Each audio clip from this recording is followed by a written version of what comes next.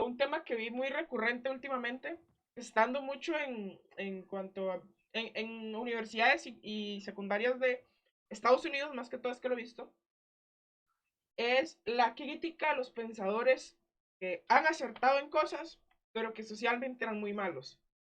Ejemplo, hay pues, Newton, por ejemplo, dio avances científicos, matemáticos, buenísimos. Sin Newton, ahorita nunca hubiéramos llegado al espacio. Ujú. Este, pero el Newton era muy desgraciado, mandaba a ejecutar personas, tenía ese poder, era súper asocial y se le critica mucho. El día de hoy el movimiento social lo está criticando demasiado.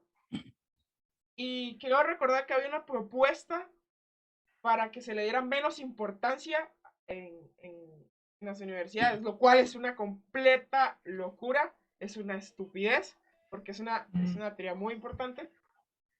Entonces, ¿qué cree usted, profe,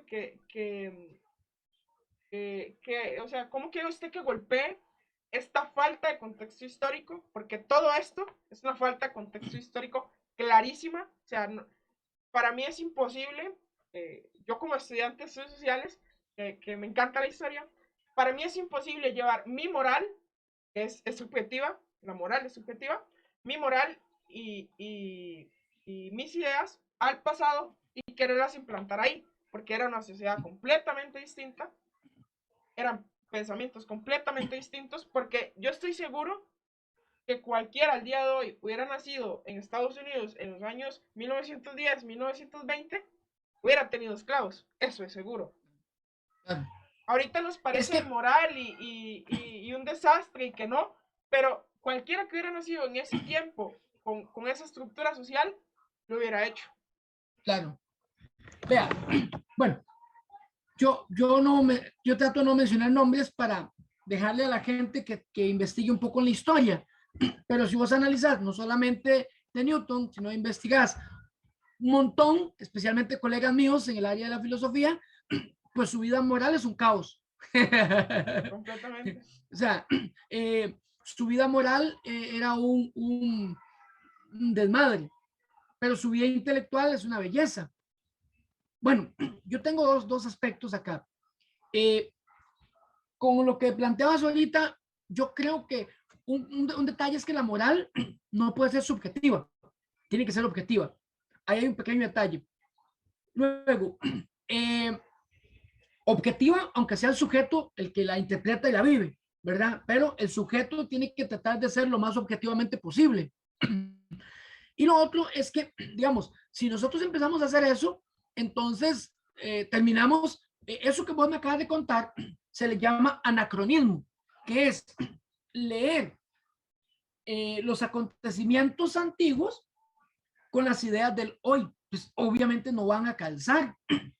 ¿Por qué? Porque aquello fue un contexto y hoy es otro. No estoy diciendo que tengamos que aplaudir todo lo negativo que la gente hizo, pero sí es importante que la gente tenga claro que cuando yo voy, vean, te lo planteo así, si yo me voy a analizar la vida de cualquier autor, tengo que hacerlo en el contexto en el que estoy, en el que estoy analizando, perdón, y luego sacar la consecuencia y ver qué podemos cambiar en la realidad para no caer en ese contexto. Pero cuando yo me voy a analizar una realidad desde los ojos del hoy, vea, perdón, todo lo que usted haga de aquí para atrás va a ser malo. ¿Por qué? ¿Qué? Porque eran otros contextos, repito, no estoy avalando lo negativo.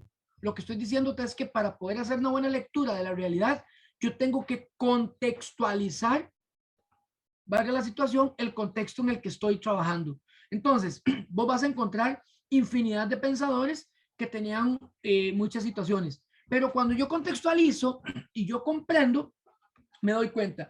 ¿Qué sería lo ideal? Lo ideal sería que lo que yo digo también lo pueda vivir, ¿verdad? Porque eso ayudaría mucho más y tendría mayor auge a nivel de propuesta cognitiva. Predicar con el Pero, ejemplo.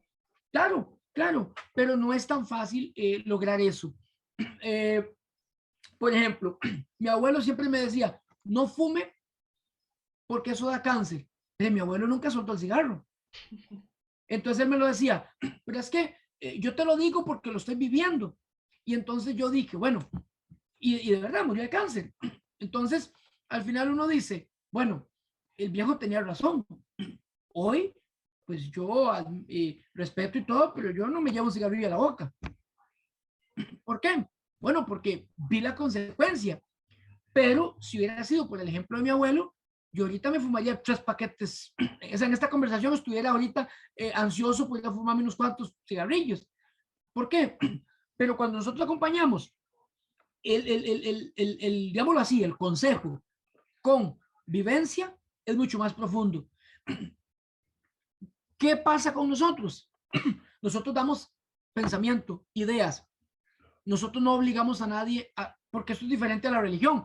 La religión te da un consejo y vos tenés que vivirlo porque hay una consecuencia negativa. ¿Cuál es la consecuencia negativa? Vas para el infierno. En el pensamiento no. En el pensamiento solamente te quedas idiota y punto. ¿Verdad? Y eso, pues ya sabemos que nadie se muere de idiota. Le afecta, sí, porque ahí va quedando rezagado. Bueno, lo puede Pero nadie llevar se, a tal vez a ciertas situaciones que sí lo pongan en un peligro real, pero sí, pero ahí sobrevive. El ser humano, por la parte instintiva, sobrevive, ¿verdad? Porque el instinto, por dicha, el ser humano está tan bien hecho que si cognitivamente no actúa, el instinto a veces lo salva, a veces, ¿verdad? Entonces, yo qué te diría de esta pregunta que vos me haces o este comentario, es que hay acciones, por ejemplo, lo vamos a encontrar, Galileo Galilei, por ejemplo, fue castigado por la iglesia, pero no por algo negativo. Es que Galileo Galilei era tan inteligente que en el contexto en que la iglesia vivía en ese momento, era una amenaza para la iglesia. ¿Y qué hace la iglesia? Lo condena. Y luego viene un papa y dice, le levantamos el castigo a Galileo Galilei. Y cualquiera podría decir, ¿ya para qué? ya lo No, mataron.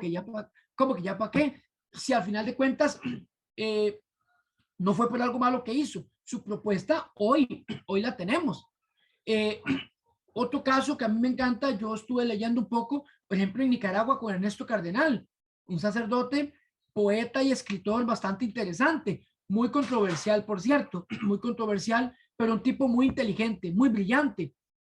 Puede que alguna persona que me esté escuchando ahorita no comulgue con el pensamiento de Ernesto Cardenal, pero fue un tipo que cuando Juan Pablo II vino a América Central y él fue a visitarlo al aeropuerto, el Papa ni siquiera lo saludó y una vez le dijo, usted se calla.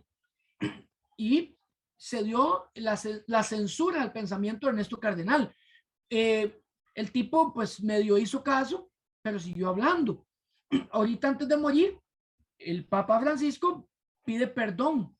¿Por qué perdón? Porque cuando usted ve, pues sí, puede ser que tal vez en la vida moral que tenía sus jugadillas no haya sido tan perfecto, pero a nivel de pensamiento había muchas ideas que hay que salvaguardar y hay que rescatar. Entonces, ¿yo qué te diría acá? Tratemos de no centrarnos a menos que estemos haciendo, ve, si nos pasamos a la área de la teología, ahí sí te digo, Jeffrey, tenemos que analizar moral y pensamiento, porque la parte teológica, ya, porque es el vínculo directo que vamos a tener con Dios y su interpretación, ahí sí tenemos que tomar en cuenta. Ahí sí yo podría decir, mira, yo preferiría no tocar a Ernesto Cardenal en este momento, o no, preferiría no tocar a Newton, porque desde mis creencias religiosas, etcétera, etcétera, etcétera. Porque entonces yo no podría decirle a usted entonces, léase a Nietzsche, ¿verdad? Cuando habla de que Dios ha muerto y que hay que matar a Dios para que nazca Dios y de que el cristianismo es una farsa.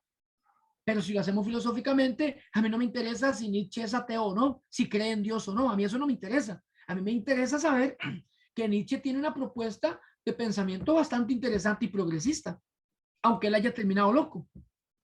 No sé si te respondí. De hecho, eso se relaciona mucho con lo que estábamos hablando ahora. El hecho para mí se relaciona con el hecho de saber debatir. O sea, Mm, es, es separar la persona del pensamiento, el artista de sus obras. mm,